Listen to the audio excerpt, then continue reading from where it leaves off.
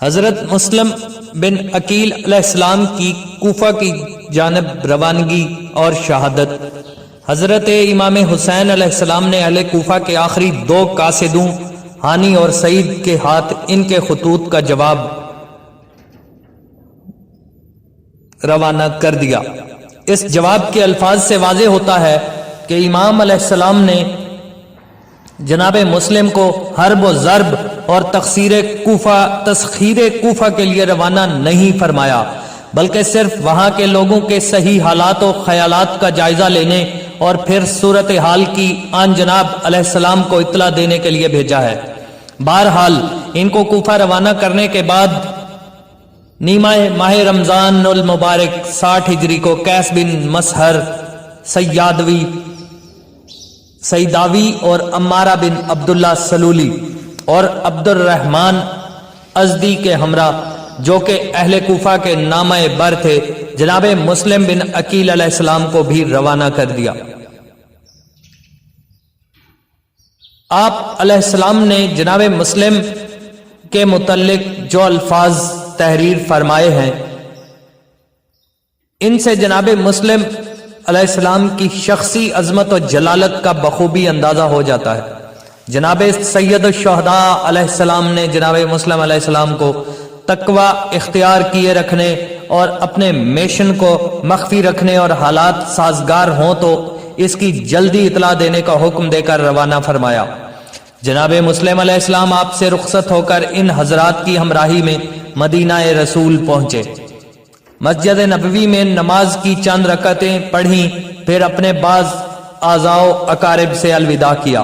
قبیلہ قیس کے 2 راستہ شناس آدمی اجرت پر ساتھ لیے اور کوفہ کی طرف 6 آدمیوں کا یہ مختصر سا قافلہ روانہ ہو گیا۔ تھوڑا سا راستہ ہی طے کیا تھا کہ سوئے اتفاق سے خود راہبر راہ گم کر بیٹھے اور ریگستان عرب کا چکر لگانے لگے، اور بالآخر ایک ایسی جگہ پہنچ کر جہاں سے صحیح راستہ کے نشانات نظر آ رہے تھے، انہوں نے حضرت مسلم کو ہاتھوں سے اشارہ کر کے راستہ کی نشاندہی کی، اور اس کے بعد شدت پیاس سے نڈھال ہو کر گر پڑے اور جاں بحق ہو گئے۔ قرائن حالیہ سے معلوم ہوتا ہے کہ جناب مسلم اور ان کے ساتھی بھی صعوبت سفر اور شدت پیاس سے کچھ اس طرح نڈھال ہو چکے تھے کہ وہ ان مرنے والوں کی کوئی دیکھ بھال اور امداد نہ کر سکے۔ جناب مسلم اور ان کے دیگر ہمراہیوں نے بمشکل تمام اپنے آپ کو وادی خبیث کے ایک خبیت کے ایک آباد چشمہ معروف بہ مزیق تک پہنچایا۔ وہاں پہنچ کر قیام فرمایا اور قیس بن مسہر سیداوی کے ہاتھ حضرت امام حسین علیہ السلام کی خدمت میں ایک مکتوب ارسال کیا، جس میں اپنی تکلیف سفر، شدت پیاس سے بلک بلک کر ہمراہیوں کے مر جانے اور اپنے آپ کو بمشکل تمام مضیق کے مقام تک پہنچانے کے واقعات لکھنے کے ساتھ ساتھ اپنے ناخوشگوار تاثرات قلم بند کر کے آگے بڑھنے کے متعلق تردد کا اظہار بھی کیا۔ لیکن جب ادھر سے امام علی مقام علیہ السلام کا کوفہ جانے کے متعلق تاکیدی حکم نامہ پہنچ گیا تو اس نے جناب مسلم علیہ السلام کو آگے روانہ ہونے پر مجبور کر دیا۔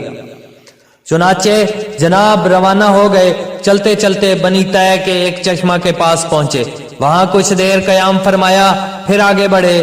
دیکھا کہ ایک شخص شکار کھیلنے میں مشغول ہے۔ جناب نے دیکھا کہ اس شخص نے ہرن کو تیر مارا، جس نے اسے نڈھال کر دیا، یہاں تک کہ صیاد نے اسے پکڑ لیا۔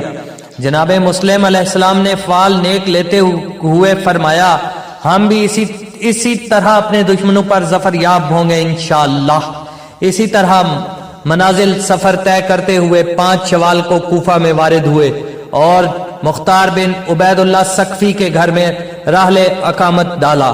قرائن و شواہد سے معلوم ہوتا ہے کہ غالباً سلمان بن سرد خزائی کوفہ میں موجود نہیں تھے، ورنہ ضرور جناب مسلم انہی کے گھر میں قیام فرماتے، کیونکہ وہ علاوہ ایک مقتدر اور صاحب حیثیت ہونے کے اس تحریک کے قالب کی جان اور روح رواں بھی تھے۔ مختار کے گھر جناب مسلم علیہ السلام کے قیام کرنے سے مختار کے حسن حال پر کافی حد تک روشنی پڑتی ہے۔ ظاہر ہے کہ اگر مختار محب اہل بیت اور قابل اعتماد نہ ہوتے تو جناب مسلم ہرگز ان کے گھر قیام نہ کرتے اور نہ ہی مومنین کوفہ اس پر رضامند ہوتے۔ جناب مسلم علیہ السلام کے کوفہ پہنچنے کی خبر تمام شہر میں جنگل کی آگ کی طرح آنن فانن پھیل گئی اور لوگ جوق در جوق جناب کی ملاقات اور زیارت کے لیے حاضر خدمت ہونے لگے۔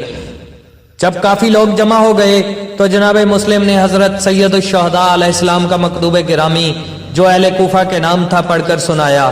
لوگوں نے بڑا اچھا اثر لیا اور بعض لوگ تو شدت تاثرات سے رونے لگے اور اسی جوش و خروش کے عالم میں بعض حضرات نے اپنے قلبی تاثرات کا اظہار بھی کیا۔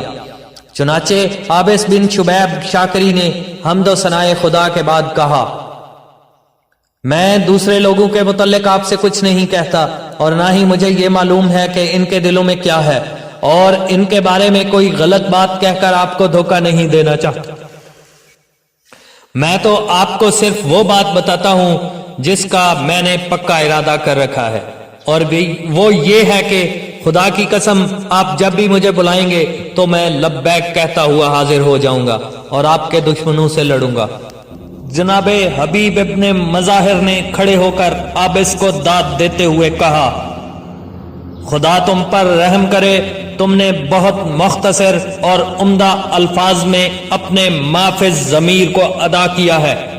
پھر فرمایا، اس خدا کی قسم جس کے بغیر کوئی معبود برحق نہیں کہ میرا بھی یہی نظریہ ہے جو اس عابس کا ہے۔ اس کے بعد عبداللہ بن سعید حنفی نے بھی ایسے ہی پاکیزہ خیالات کا اظہار کیا۔ اس کے بعد بیعت کا سلسلہ شروع ہوا۔ چند دنوں میں بنابر مشہور 18,000 اور بروایت مناقب شہر ابن آشوب 25,000 کوفیوں نے جناب مسلم کے ہاتھ پر حضرت امام حسین علیہ السلام کے لیے بیعت کی۔ چنانچہ جناب مسلم نے 18,000 آدمیوں کے بیعت کرنے اور حالات اور فضا کے سازگار ہونے کی کیفیت لکھ کر جناب سید الشہداء سے جلدی تشریف لانے کی استدعا پر مشتمل ایک خط ان کو مکہ روانہ کیا، جس کا مضمون یہ تھا، حمد و ثناء خدا کے بعد کچھ کبھی بیشترو اپنے اہل و عیال سے جھوٹ نہیں بولتا۔ تمام اہل کوفہ آپ کے ساتھ ہیں۔ 18,000 نفوس نے میری بیعت کر لی ہے۔ میرا مکتوب پڑھتے ہی آپ جلد تشریف لے آئیں۔ والسلام علیکہ ورحمۃ اللہ وبرکاتہ۔ اور یہ خط جناب مسلم نے عابس ابن شبیب شاکری اور قیس بن مسہر سیداوی کے ہاتھ روانہ کیا۔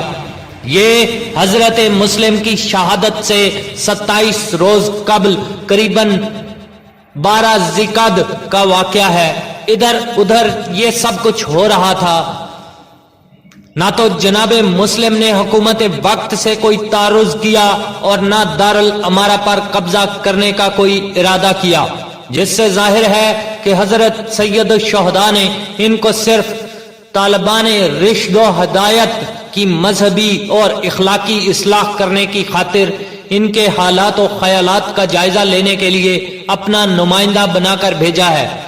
انہیں ان لوگوں کی سلطنت سے کوئی سروکار نہیں، ورنہ اگر کوئی شورش پسند آدمی ہوتا تو سب سے پہلے دارالامارہ پر قبضہ کرنے کی کوشش کرتا۔